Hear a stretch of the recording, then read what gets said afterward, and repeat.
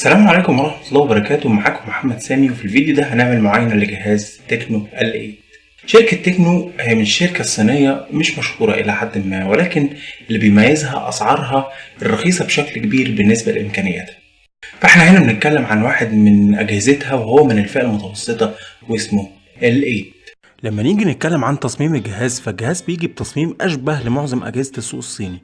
يعني أنا ما لاحظتش فروقات في التصميم أو حاجة جديدة أقدر أذكرها عن التصميم، ولكن الجهاز بيجي بظهر معدني ولكن إطار بلاستيك، وده شيء بيميز الجهاز عن باقي الأجهزة اللي في سعره، إن كانت من سامسونج أو من هواوي أو HTC أو غيرها من الأجهزة اللي بنفس سعر التكنو L8.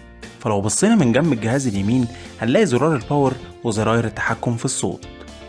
الناحية التانية هنلاقي زرار، وهو أول مرة أشوفه، ولو بصينا عليه هنلاقيه بيجي على نفس مستوى الإطار، واللي لو دوست عليه هيحولك مباشرة على وضع الباور سيفنج أو توفير الطاقة، ولو دوست عليه مرة تانية بيحولك لوضع الجهاز الطبيعي بدون أي توفير.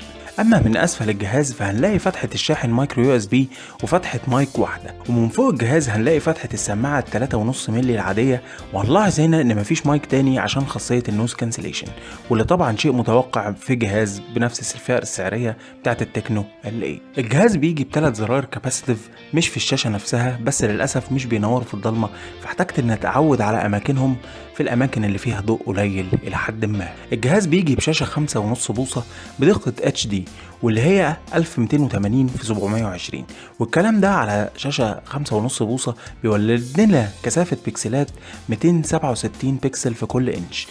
ولما نيجي نتكلم عن دقة الشاشة ووضوحها، فتكنو حطت زي معالج رقمي لألوان الشاشة ووضوحها اسمه ميرا فيجن، واللي بيساعد بشكل كبير في وضوح ألوان الشاشة وظهورها.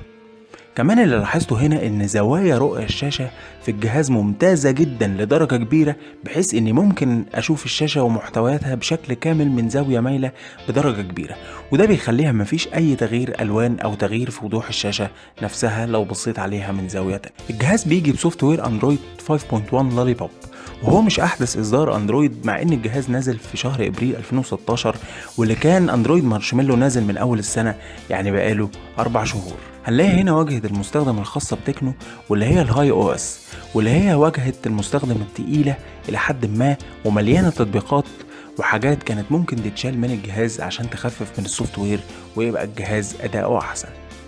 بتكملة الحديث عن الواجهة، فالجهاز جاي بثيم ستور أو متجر الثيمات، وده بيديك إمكانية تغيير شكل الواجهة، ولكن للأسف مش بيتيح ليك الاختيار أونلاين، ولكن ممكن تختار من الثيمات المنزلة مسبقا على الجهاز. كمان عندنا هنا لأول مرة أشوف الخاصية دي، إنك ممكن تغير الفونتس أو خطوط الجهاز، وده عادي، بس الجديد هنا إن في متجر للخطوط أونلاين ممكن تختار بين الخطوط كتيرة جدا. كمان عندنا هنا اختصارات لبعض إعدادات الجهاز، فمثلا هنا ممكن تدوس على دي تغير لك صورة الخلفية بشكل عشوائي لو أنت مثلا زهقت من اللي عندك. تاني حاجة هنا عندنا حاجة اسمها مايكرو انتليجنس، واللي لو دخلنا عليها بتخليك تعمل اختصارات لحاجات معينة انت عايزها لتسهيل عليك العملية. فمثلا لو جينا هنا 3 صوابع ومسحت على الشاشة من فوق لتحت، فهتلاقي الجهاز بيعمل سكرين شوت وغيرها من الاوبشنز اللي موجودة فيه. وعندنا هنا كمان الهاي مانجر، وده زي اي مانجر في الهواتف دلوقتي، بيخليك تتحكم في الطاقة وتوفيرها والتحكم في البرميشنز بتاعت التطبيقات. وكمان عندنا هنا حاجة اسمها الاب فريز، واللي هي تقدر من خلالها بوقف اي تطبيق بشكل كامل عشان ما ياخدش من مساحة الرام ويقلل في الاداء. بالحديث عن الاداء، فالجهاز بيجي بمعالج ميديا تك رباعي النواة بسرعة 1.3 جيجا هرتز، وبيجي بسعة رام 1 جيجا، وده بيدينا اداء سلس مع الاستخدام العادي او المتوسط، واللي هو التصفح او الفيسبوك او الواتساب ومواقع التواصل الاجتماعي بشكل عام.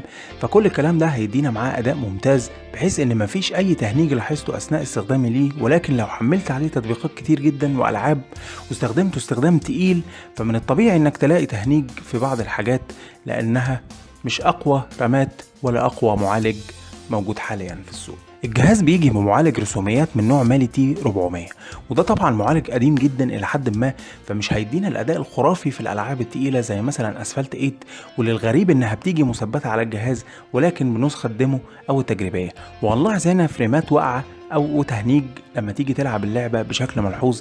اما عن الالعاب العاديه فهنلاقيها شغاله بدون اي مشاكل.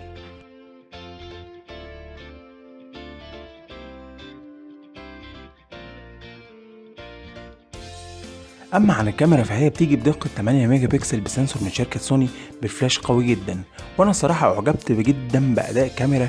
والغريب انها بتعمل فوكس من مسافات قريبة جدا، وحتى لو الاضاءة ما كانتش قوية بتعمل فوكس بشكل سلس وسريع جدا. انما في المناطق الضلمة ادتني نتائج مش خرافية الى حد ما، ولكن مقبولة جدا. انا بصراحة عجباني اداء الكاميرا جدا جدا. اما عن البطارية فهي اللي بتميز الجهاز، وبتيجي بقوة 5050 ملي أمبير في الساعة، واللي ادتني مع الاستخدام التقيل 6 ساعات من الوقت عمل الشاشة و9 ساعات من وقت عمل الجهاز ككل. أما عن سماعات الجهاز الخارجية فادتني أداء مبهر جدا بالرغم من مكانها اللي هو في الظهر، واللي هيضايق لو انت بتسمع حاجة وحاطط الجهاز على مكتب أو ترابيزة، وده مثال لصوتها.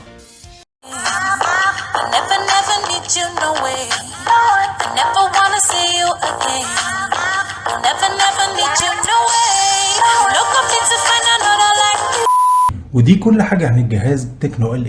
لو عجبك الفيديو دوس لايك واعمل سبسكرايب للقناة عشان تتابع كل جديد في عالم الموبايلات. كان معكم محمد سامي في رعاية الله.